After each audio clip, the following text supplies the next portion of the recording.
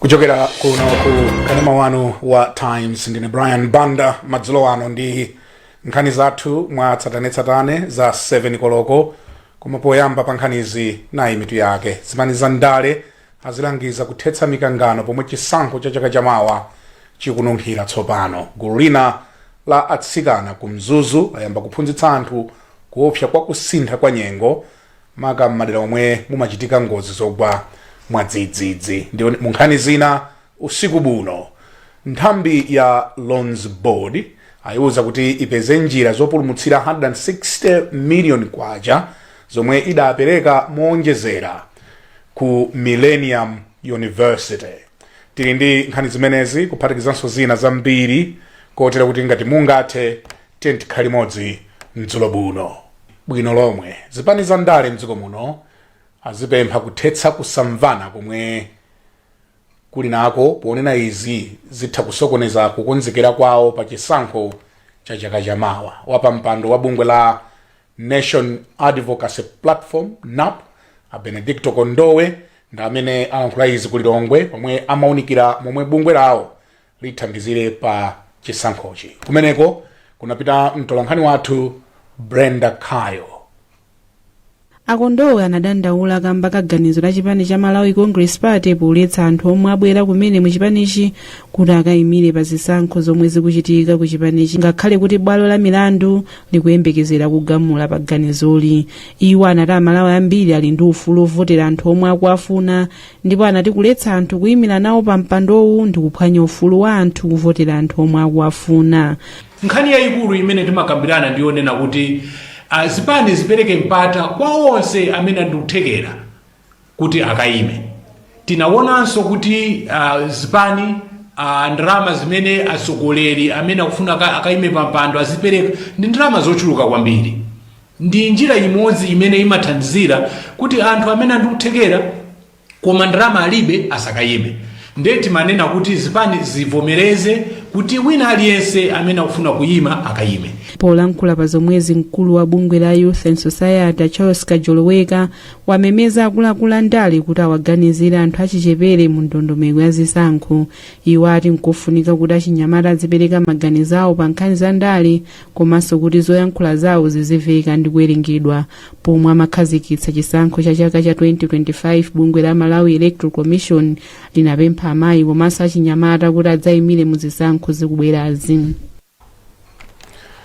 Ophunzira pa sukulu ya ukachenjede ya Mubasco Blantyre anachita ulendo wa ndawala pofuna kupeza 30 million kwacha yothandizira mzawo Fortune Milanzi imali ndi vuto la plastic anemia mchingerezi. Ulendowu unayambira pa bwalo la zamasewero la Kamuzu mpaka mu town ya Blantyre ndi kubwereranso ku Mubas. Mtsogoleri wa ophunzira pa sukulu iyi Gershom Nyirenda wati Milanzi wakhala kudwala kuyambira chaka chatha ndipo ndalamazi zithandizira kuti akapeze thandizo mdziko la India. Deborah Madeya anali komweko ndipo analankhula ndi Anyirenda motere.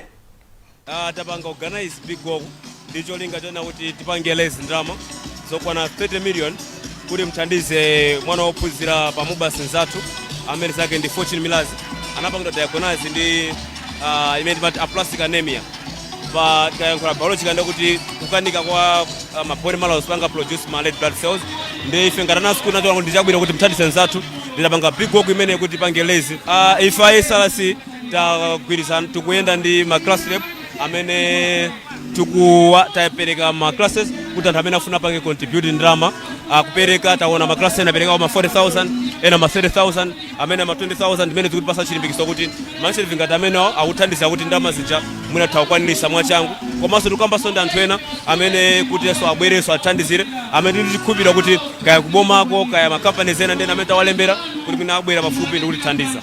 Ifeyo ngati Mubasi ana sukula pa Mubasi tiwose ndi family imodzi timatengana ngati munthu umodzi ndi chifukwa chimenecho timakhulupirira zimenezo komanso Mubasi ndi siku imene imalimbikisa umodzi kwambiri ndi fana siku timakhulupirira kuti pa wasatu agwera akakhala ndi vuto ife tibwere pafupi timuthandize kuti nayonso abwereso pa sukulu imodzi kuti akwanise masomphenya amene ali pa moyo wake. Kusagwiritsa bwino ntchito njira zamakono za ulimi akuti ndikomwe kukupangitsa kuti maiko ambiri muno mu Africa kuphatikizapo Malawi adzikumanabe ndi vuto la njala nthawi ndi nthawi. Mkulu wa bungwe la Food, Agriculture and Natural Resources Policy Analysis Network Francis Hale ndiye wanena izi mu mzinda wa Lilongwe pofotokoza za msonkhano waukulu wokhudza ulimi ndi zakudya omwe uchitikire kuyambira pa 6 mpaka pa 9 mwezi uno. Rebecca Chimjeka watitumira ripoti koma akuwerenga ndi Fale Banda. Malingana ndi Hale, maiko akuyenera kusintha kapangidwe ka ndondomeko za ulimi kuti tsopano azigwiritsa ntchito njira zamakono. Ndipo mlembi woyang'anira ntchito za mthirira ku nduna za ulimi Geoffrey Mamba wati msonkhano uwu ndiofunikira kwambiri ndipo uthandiza dziko lino kupeza ndondomeko zothandizira kutukula ulimi. Panopo ndikhoza kutsimikiza kuti nthaka yathu ndionena kuti yambiri siriyo yenera kuti ikhoza matutsa zakudya zokwanira. So tiyenera kuonetsetsa kuti kodi ndi njira ziti zimene tingatsate. Kodi tizilimbikitsa fertilizer kapena kwina tizilimbikitsa so manure. Ndiye zimene zinzonera kuti anthu ayenera kukambirana bwinobwino komanso pali njira zina ngati zoti kodi tingachulukitsa bwanji zakudya zathu muno. Ndiye mukhoza kuona kuti boma labwera ndi program ya mega farms. Ma mega farms ndio tapanga alimbikitsa alimi amene ali a business commercial farmers kuti akhoza kutithandiza kuti tizikhala ndi chakudya chokwanira. Ndipo mkulu woona zakafukufuku ku bungwe la National Planning Commission Andrew Jamali wati msonkhano wafika nthawi yake ndipo Malawi ikuyenera kupindula kuchoka kuzokambirana zomwe zithandizira kufikira ndondomeko ya chitukuko ya dziko lino ya 2063. Ku Africa kunoko kumbali ya kuno kumwera tikukumana ndizo zovuta zambiri. Ma El Niño ali nkati, chuma chathuso chikhanga tikuvuta ndizofunikira kwambiri kuti tizikhala tikugawana nzeru ngati maiko a Africa kuti kodi kumbali ya zaulimi tingachite bwanji kuti tikule ntchito za ulimi komanso tikhale chakudya chokwanira tizidalire patokha molingana ndi masomphenya amene tinawo ku Africa kuno agenda 2063 komanso kwathu kuno Malawi 2063 pamene tikuyang'anana ndi kuti dziko lathu likhale lozidalira pachuma moving pamene tikupita kutsogolo. Akatswiri ochokera maiko osiyanasiyana akhala nawo pa msonkhanowu. Ululu wa vuto la njala utha kuchepa kwa manja ena kwa mfumu yayikulu Ngabu kuchikwawa pomwe tsopano alandira thandizo la chimanga atakhudzidwa ndi mphepo ya El Nino. Nduna ya zamadzi komanso ukhondo a Abida Mia ndi yemwe yapereka thandizoli. Amia ati bungwe la Muslim World League pansi pa ndondomeko ya Drought Disaster Rapid Response Program ndilomwe linawathandiza.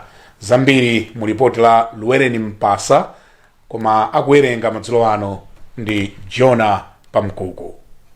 Ndiphungu wa nyumba ya malamulo kuchikwawa Nkombezi anati ndondomekoyi ikutsimikiziranso kudzipereka kwa boma poonetsetsa kuti Amalawi wonse ali ndi chakudya chokwanira. Tiyena kwathokoza His Excellency Dr. Lazarus Makathi Chakwera kuti atithandiza ndi ufa kudzera mu organization ya Muslim World League and atithandiza kuno Nkombezi, Chikwawa South, Nsanje South, Nsanje West, Nsanje Central, Nsanje North kuti anthu athu peze chokudya chifukwa mwene mukuonera chifukwa cha ma cyclones alepera kulima and zinthu zonse zinapita ndi madzi komanso pakati pano chifukwa cha ma flood amene akuchokera ku nyanja akatsegula magate barrage yathu nekuti koseko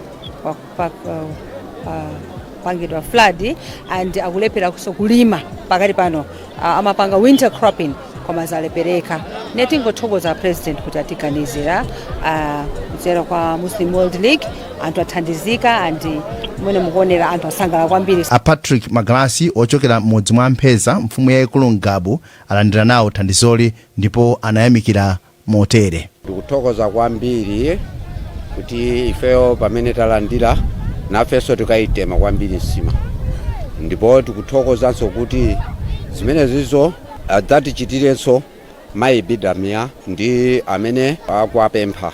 Mvula inachuluka kwambiri zokudya zathu zidakokoleka ni madzi oti anthu tidalima kuganizira kunena kuti tikolola zambiri koma zinalepereka chifukwa choti madzi anachuluka kwambiri. pafupifupi manja 3000 ndomwe apindula ndi thandizoli atakhudzika ndi mphepo ya El Nino mbuyomo. Komiti ya kunyumba ya malamulo yolondoloza chuma cha boma ya public accounts yauza nthambi yobwereketsa ndalama msukulu za ukachenjede ya loans board kuti ipange chilichonse chothekera kupulumutsa 160 million kwacha yomwe idapereka moonjezera ku Millennium University. Mkulu wa nthambi ya Prince Pwetekere wa uzidwa izi pomwe anakaonekera ku komiti. Kumeneko kudapita mtolankhani wathu Rebecca Chimjeka, koma ripoti yakuwerenga ndi Elvis Hoahoa. Malingana na Pwetekere, nkhani ili kale mu ofesi ya mlangizi wa boma pa nkhani za malamulo ku nduna ona za malamulo, ndipo apolisi ofufuza nkhani zokhudza zachuma akuizukuta kale nkhani. Ife tinabwera udzakambirana nkhani ziwiri zitatu zimene a national audit anaziona kuti zinali zolakwika mu chaka cha 2016, 17, 18 zafika 2020 pamene ngakhale anthu amene ali ku management panopo nda board amene akuyendesa board panopo mudalibe. Ile timazankha nkhani zimenezo zimene a national audit anaziona. Ndiye takambirana kauzidwa kuti tibwerere tidzachitobweraso tidzalongosole bwinobwino kuti zidali bwanji. Koma apa mpando wa komiti olondoloza za nkhanizi ku nyumba ya malamulo a Mark Bottomani auza bodi kuti ichite chilichonse chotheka kuti ndalamazi zibwezedwe chifukwa chakuti zatenga nthawi. Kumana ndi a loans board chifukwa panali mu nkhani zingapo makamaka zitatu zimene zinaoneka mu report ya auditor general limene limafuna kuti ayankhe. Then nkhanizi makamaka zikulu zinali nkhani monga ngati akuluakulu aku loans board kuchokera mu 2017 zafika 2021 amagwirizana mwachinyengo kuti ama officials aku Millennium University kuti kumalipirira ma students amene sanali pa ndondomeko yoti atha kumalanda ndalama zimenezi. Then ndalama zimene zinafika ufupi 160 million kwacha. Bodi ikufuna kulondoloza chigamulo chimene bwalo la milandu linapereka zokhudza kampani ya Stansfield Motors imene ikuyenera kubweza ndalama zokwana 22 million kwacha. Mukuonera nkhani mwa tsatanetsatane madzulo ano kukufikani kuchokera kuno ku Times Television. Tindi nkhani zina zambiri bwino lino. Sunny days, Parapain Baby swoops in, specially formulated to chase away pain and bring back the smiles. Uniquely developed so that it doesn't contain a drop of salicylic acid, ensuring the safety of our children. Whether it's fever, teething discomfort, or tummy troubles, our hero is on the case, ensuring your little one feels better, faster, with a taste kids love. But remember, it's not a sweet. Parapain Baby is designed for easy intake, chewed or dissolved. Brought to you by Mwai Pharma. Parapain Baby, tough on fever, gentle on tummies.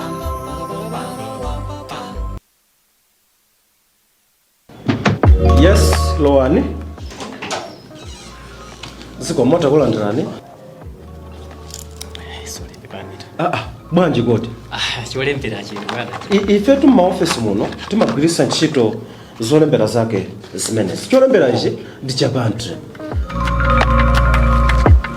Zolembera za bundle zakazi kukutumikirani kwa nthawi yayitali. Pano ndikulengeza kuti tabwera ndi zolembera zatsopano zomwe zili mmapangidwe awiri, classic ndi winner. Zolemberazi ndi zokongola, zolemba bwino komanso zolemba nthawi yayitali. Zolembera za bundle zimabwera m'mitundu inayi: black, blue, red ndi green. Ndipo mutha kugwiritsa ntchito mu ofesi, ku sukulu ndi malo ena. Akupanga zolembera za bundle ndi a Euro Industries, kampani yeniyeni ya Malawi. Gulani katundu wopangidwa ku Malawi konkuno kuti mutukule dziko lanu. Phone Blantyre 0888 107 261, Lilongwe 0886 074 737. Bundle, buy original, avoid counterfeit. Bundle, write miles with a smile. We are back with the latest lineup from Betway. Betway is from 3. Start strong with cash out and sweat bet. Plus, you can boost your sports bet with Win Boost. And pick up any penny. Pali freebie Friday. Smart pigs. Build update. Omwe atamanga ngataka fulufulu. They've also got their back to Odds Boost and Betway Stars. You always get way more with Betway. Kondo, yama kocha hiyo. Lina la atsikana kumzuzu layamba ntchito yophunzitsa anthu omwe ali m'madera momwe kumachitika ngozi zogwa mwadzidzidzi pafupi zakuopsa kwa kusintha kwa nyengo. Gulu lilati likufuna kufikira manja 10,000 ku madera a Chiwavi, Chiwanja, Masasa ndi Salisbury line. Sam Kalimira akufotokoza.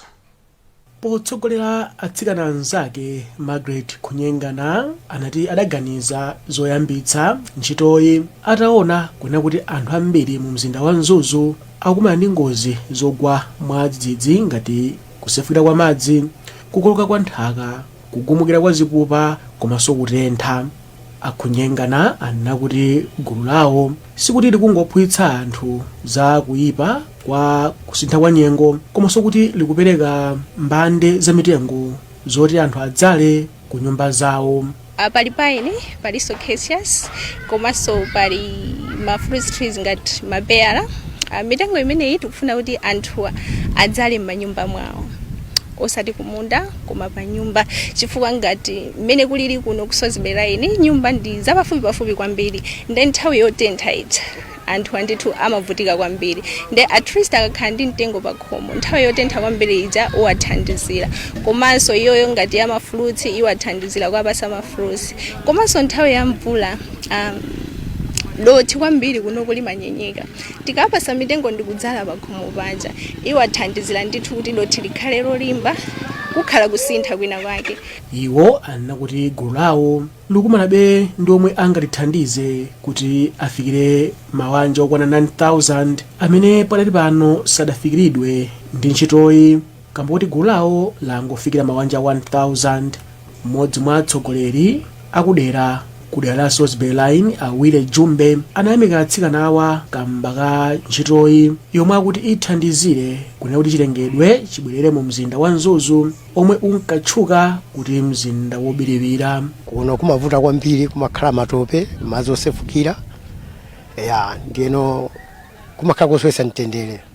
Mitengo imene itithandiza kuti ikamwa madzi pansi apa msisi ucheni matope azikhala kuuma, madzi sakhalaso za ikhala mbiri yakale yoti kusefukira kwa madzi. Posedwa apa mkulu wa khonsolo ya Mzuzu Agomezani Nyasulu adachenjeza anthu okhala mu mzinda wa Mzuzu kunena kuti asamadule mitengo asadatenge chilolezo kuchokera ku khonsolo. Bungwe la Chewa Heritage Foundation Chefo tsopano latsekulira malo ake omwe lidapeza mmodzi mwa msampha mfumu yaikulu Chadza ku Lilongwe. Wapampando wa bungweli a Stanley Khaira wati ndi wokondwa kuti malowa adapezeka kudera komwe kuli makewana. Esnat Tembo walemba ripoti lomwe akuwerenga ndi Brenda Kayo. Akhaira ati malowa akhala ochititsa kanso mu zaka zikubwerazi poti iwo akufuna kumanga museum ya Chewa komanso maofesi. Tidzapereka dzina lotchedwa kuti Chewa Cultural Tourism Center, chifukwa malo ano padzakhala zambiri zochitika za Chewa. Napoleon Zomwe omwe anali mlendo olemekezeka pa mwambowu ati izi nzofunikira kwambiri chifukwa zimathandiza kubweretsa anthu pamodzi. Mwambo umenewo ni wofunika kwambiri chifukwa ulubweretsa mtundu wonse wa anthu pamodzi. Popeza mtundu wosakhala pamodzi ulibe mphamvu, ndiye pamene anthu akubwera pamodzi ndoti tsopano zina zimene zidayiwalika pamakumbusana pa nthawi ngati noyi. Bungwe lilati likufuna ndalama za Nkhani kuti likwaniritse kupanga zomwe akufuna pamalopa.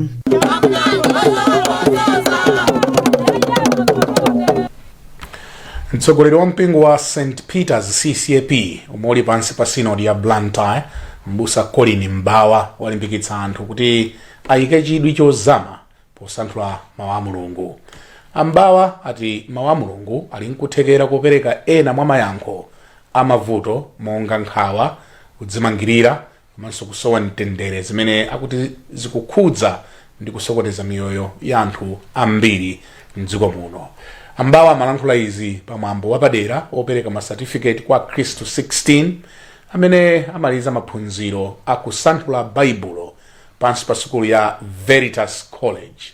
Thomas Chilaya anali komweko watitumira ripoti lomwe akuwerenga mdzilo buno ndi Chisomo Chihana.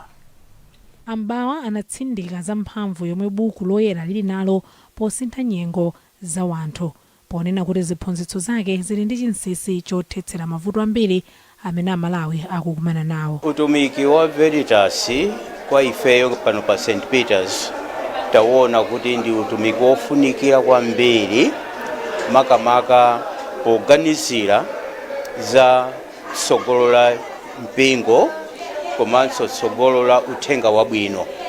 Uthenga wabwino nthawi zina zache tauchita misehando chifukwa chakuti wagwera m'manja mwa anthu amene akuganiza kuti amalimvesa Bible akuziwa koma zimakanika kuzindikira kuti kodi mawuwa akutanthauza chani kapena akuchokera pati kapena cholinga choyambirira kapena context choyambirira ya mawu amenewa inali chani.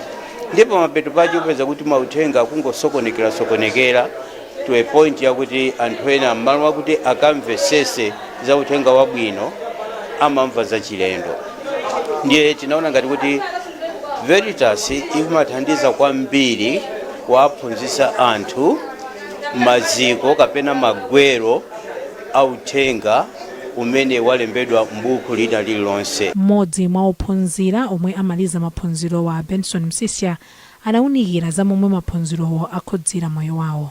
Munthu wakhala mtsogoleri ndi kale umata kuphunzira Bible kumalalikira kumatumikira koma umakhala kulalikira pamwamba koma once ukakhala bwera ku Veritas imayamba kukusula kukuunikira kuti ukamalalikira umaona kuti uthenga umenewo analemba ndani. Mwambowu unakondwerera ophunzira amene amaliza maphunziro awo posanthula baibulo mozama kudzera ku Veritas College. Mtsogoleri wa dziko lino Lazarus Chakwera wati miyambo yachikhalidwe ndi ngodya za mphamvu zimabweretsa umodzi komanso chiyanjano mdziko. Achakwera amayankhula izi pamwambo wa chikhalidwe cha ngoni wa umthetho omwe unachitikira mboma la Mzimba. Mwambowu kunali khamu la wanthu lomwenso limakondwerera kuti mfumu yawo inkosi ya makosi Mberwa namba 5 tsopano yakwanitsa zaka 10 ikulamulira. Kumeneko kudapita mtolankhani wathu Feston Malekezo ndipo akusimba zambiri. Kumwambowu kunabwera anthu mazana umene unachitikira pansi pa phiri la Hora ku Mzimba. Achakwera anati boma lawo likugwiritsa ntchito ulimi, zokopa alendo komanso za migodi kufuna kupititsa patsogolo chitukuko m'dziko la Malawi. Iwo anati chikhalidwe chili pansi pa zokopa alendo kotero kuti mwambowu unali ofunikira kwambiri. Miyambo ngati yotibweretsa Malawi pamodzi komanso ngakhala alendo akunja pamodzi kusangalala nafe ndi miyambo imene imaonetsa kufunikira kwake monga kwa mutu wa msonkhano wa lero. Umodzi ngati dziko kuti tikhoza kuyendera limodzi nkumapita mtsogolo tili ndi masomphenya amodzi. Kenaka mtsogoleri wa dzikoyu wasimikizira anthu a mboma la Mzimba kuti apitirira kuwathandiza popereka ntchito zosiyanasiyana kuphatikizirapo za AIP. Mawu ake inkosi ya makhosi Mberwa yachisanu inatsindika zoti chikhalidwe chofunikira kwambiri chimene chimathandizira kupititsa patsogolo ntchito za chitukuko. Kenaka mfumuyi inati bomali lili ndi miyala ya mtengo wapatali imene ngati boma ingagwiritse bwino ntchito litha kutukula anthu anderali komanso dziko lonse. Kenaka Amberwa apempha anthu ochita ndale kuti azipanga ndale zimene zili za mfundo osati kusogoza zokangana pamene chisankho cha 2025 chili kudza. poyankhulapo nduna yoona za umodzi komanso chikhalidwe a Richard Chimwendo Banda anati mwambowu ndiofunikira kwambiri popeza kuti umabweretsa mtendere komanso kukopa alendo. Mfumu yayikulu ya Angoni ku South Africa Misuzulu Kezulitini inayimiridwa pa mwambowu ndi malume wawo Prince Zebron Zulu, mkazi wa mfumuyi, nawo anali nawo pa mwambowu. Inkosi yamakhosi Mpezeni ya ku Zambia komanso Inkosi Zulugama ya ku Songea ku Tanzania nawo anayimirira anthu a maiko awiriwa. Nkhani imene ya umthetho tafikanso kumapeto kwa nkhani zathu mwatsatanetsatane mdzulo buno, koma tisadasiyane na mitu yake. Zipani za ndale akuzilangiza kuthetsa mikangano pomwe chisankho cha chaka chamawa chanunkhira tsopano.